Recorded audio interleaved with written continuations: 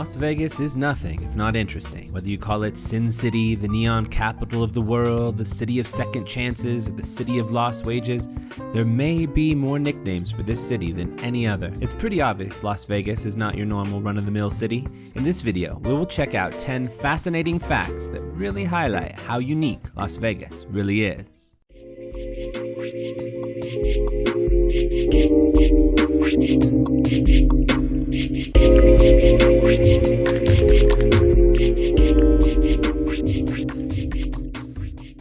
Number 10. Did you know that the fountains at the Bellagio use gray water from showers, tubs, and sinks around the city? No, not toilets, that's black water, good thing. The lake holds 22 million gallons of this slightly contaminated gray water, and the fountains that shoot this water up into the air send it 460 feet high. The fountains actually cost between $10,000 and $15,000 per night to run. Whew, that is some expensive bathroom runoff art. Number 9. The sky beam at the Luxor has actually created its own ecosystem. This light, which interestingly costs about $51 per hour to keep on and can be seen from as far away as 100 miles, attracts ridiculous numbers of moths, which then of course attract bats, which then of course attracts owls. So this makes for one enormous feast every night. It has also resulted in many mistaken UFO sightings. Another Luxor claim to fame is its pyramid, actually the tallest pyramids outside of Egypt. That being said, if you're interested in seeing the pyramids in Egypt, I do not recommend coming here as a replacement. It is not a viable alternative. If you think this is a viable alternative, I think you've got some more reflecting to do there, buddy. Though it's fascinating in its own way. Number 8. Las Vegas may be the gambling capital of the United States, but one thing you will never see is scratch lottery tickets or Powerball or any other lottery. Despite having local casino gambling since 1931, Nevada prohibits the sale of lottery tickets. In fact, Nevada's 1864 state constitution specifically states that lottery tickets may not be sold. Nevada is one of only 5 states, the others being Alabama, Alaska, Hawaii, Mississippi, and Utah, that does not have the lottery. There have been occasions where local residents have tried to change this law, but they face a steep climb to ever get this accomplished, especially because the gambling industry does not want the competition, and the government seems to consistently side with the casinos on the matter, preferring the tax payments and the large-scale investments in the city from the casinos. They'd rather people gamble their money away at casinos instead of in the lottery. Number 7. So you may enjoy going to Denny's for a decent pancake breakfast and an endless cup of coffee. Some people might find it the perfect place for that middle-of-the-night food craving or post-party meal. Well, in Las Vegas, others may enjoy their breakfast with a side of marriage. For $199, Denny's in Las Vegas offers a wedding official, use of the diner's wedding chapel, a pancake wedding cake, a champagne toast, and 2 breakfasts. This is one of countless numbers of potential destinations for a Las Vegas wedding, and on average, 300 couples get married every single day in Las Vegas. How romantic. Number 6. Las Vegas claims itself to be the gambling capital of the world. However, is it actually? Does it make more gambling revenue than any other place? The quick answer? No. Not even close. The GGR, or gross gaming revenue of Las Vegas, which takes into account both gambling revenue and other things connected to it, like food and lodging at the hotel and restaurant part of the casino, is definitely very high at about $6.4 billion annually, 34% of which is directly from casino games, which makes about $2.2 billion annually in gambling revenue directly. But this is only second place in the world. First place, and by a very wide margin, is Macau. Macau's GGR is about $28 billion. Compare this to Las Vegas' 6.4, and it's not even a quarter of the way there. Of the 28 billion, about 12 billion is gaming specific. That's 5 times more than the amount that Las Vegas brings in. Moreover, Macau's gaming revenue continues to rise year by year, sometimes significantly so, whereas Las Vegas's does not. Interestingly, Macau only has about half the number of casinos as Las Vegas overall, though. Another really interesting difference here is Macau's local government makes bank on their casinos. Whereas Las Vegas charges a 6.75% tax rate on the GGR, the gambling businesses in Macau pay 40% in taxes to the city. This actually makes up 78% of Macau's income, and it funds pretty much everything in the city, from from roads to schools to everything. Number 5.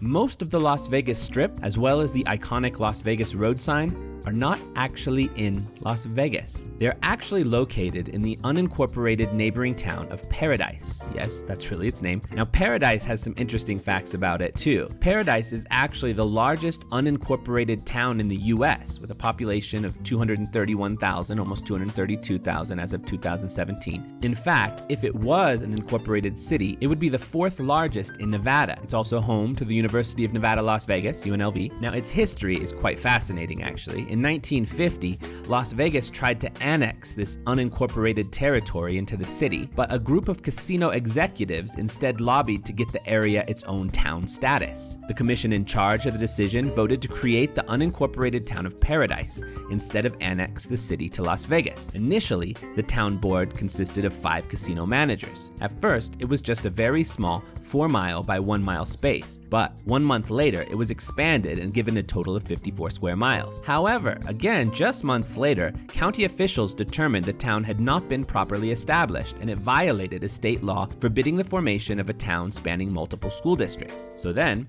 Paradise was split into 2. Town A of Paradise was within Las Vegas's school district, and Town B of Paradise was its own school district. 2 years later, Town A was renamed to Winchester, and Town B became known as Paradise. Number 4. Las Vegas is home to the mob. Well, the Mob Museum, that is. Officially called the National Museum of Organized Crime and Law Enforcement, this museum outlines the history of organized crime in the US. It was designed by the same dude named Dennis Berry, who helped create the International Spy Museum and the Rock and Roll Hall of Fame. I don't know how exactly he got into this particular niche profession. This museum claims to not glorify mobsters, but to show the unique history of organized crime in the US. Though that claim does seem to be refuted by the words of some of the contributors who helped the museum to come to life. For example, one contributor said this: "Men like Benny Siegel, an historically famous mobster, built this town. They put the glitter in the desert, and for too many years their input has been overshadowed by Hollywood's depiction of violence. I'm not making excuses for them, but there is another side to them, and this is our chance to show it." Also, the managing partner of the museum, Jay Bloom, had this to say: "When the mob ran Vegas from the 1940s to the 1980s, the town had a certain panache. If you look at Las Vegas Boulevard, the Strip today, it's all glitter on a grand scale. It's corporate run with little soul. We believe that with the mob experience and the stories and artifacts from the surviving members, we can inject a little of that mid-century magic back into Las Vegas." The mayor of Las Vegas at the time of the museum opening in 2012, Oscar Goodman. "You know what I used to do for a living before I was the mayor? I used to represent the mob here, okay?" Somebody says, "Boy, you're using your office for undue advantage." And I said, what are mayors supposed to do?" You really can't make this stuff up. Had these nostalgic words to say at the museum opening when he recalled Las Vegas in the days that it was run by the mob. "They knew your name. They treated you like a king. I hope Las Vegas returns to that someday. I think we've lost that as we've become more corporate. The mob was the one that set the bar." So no, definitely not glorifying mobsters then, right? SMH, my friends, SMH.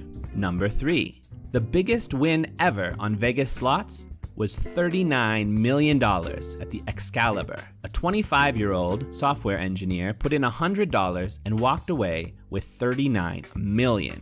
He beat the odds in a 1 in 16.7 million chance. But hey, don't make you think that's what's gonna happen for you. There is a reason Las Vegas brings in more than $2.1 billion per year in annual gambling revenue. That is just the money that people are throwing away and donating to the Temple of Greediness. Number 2, from riches to rags. You may not realize it as you walk along the Strip, but underneath you, in the flood tunnels below the city, lives a very large homeless community. Reading the stories of some of the people who live underground there is heartbreaking. One man shared that he lost his wife, he was incredibly depressed, then he lost all his money to the casinos. in his state of depression, and now he has no money and lives underneath the tunnels in the city, struggling to survive. Drug addiction is a major problem in the tunnels. Living arrangements are often even segregated by which particular drug vice people have, be it heroin, crack, or meth. Being Las Vegas is certainly not helpful in this either. Some of them have also become addicted to gambling. Some of them hope that the way to climb out of their current condition is the casinos, and that's the answer. So they spend the little money they do make and find in the casinos, hoping to strike it big and get into a better condition. But alas, gambling is a mean devil, and this ends up only becoming another harmful addiction.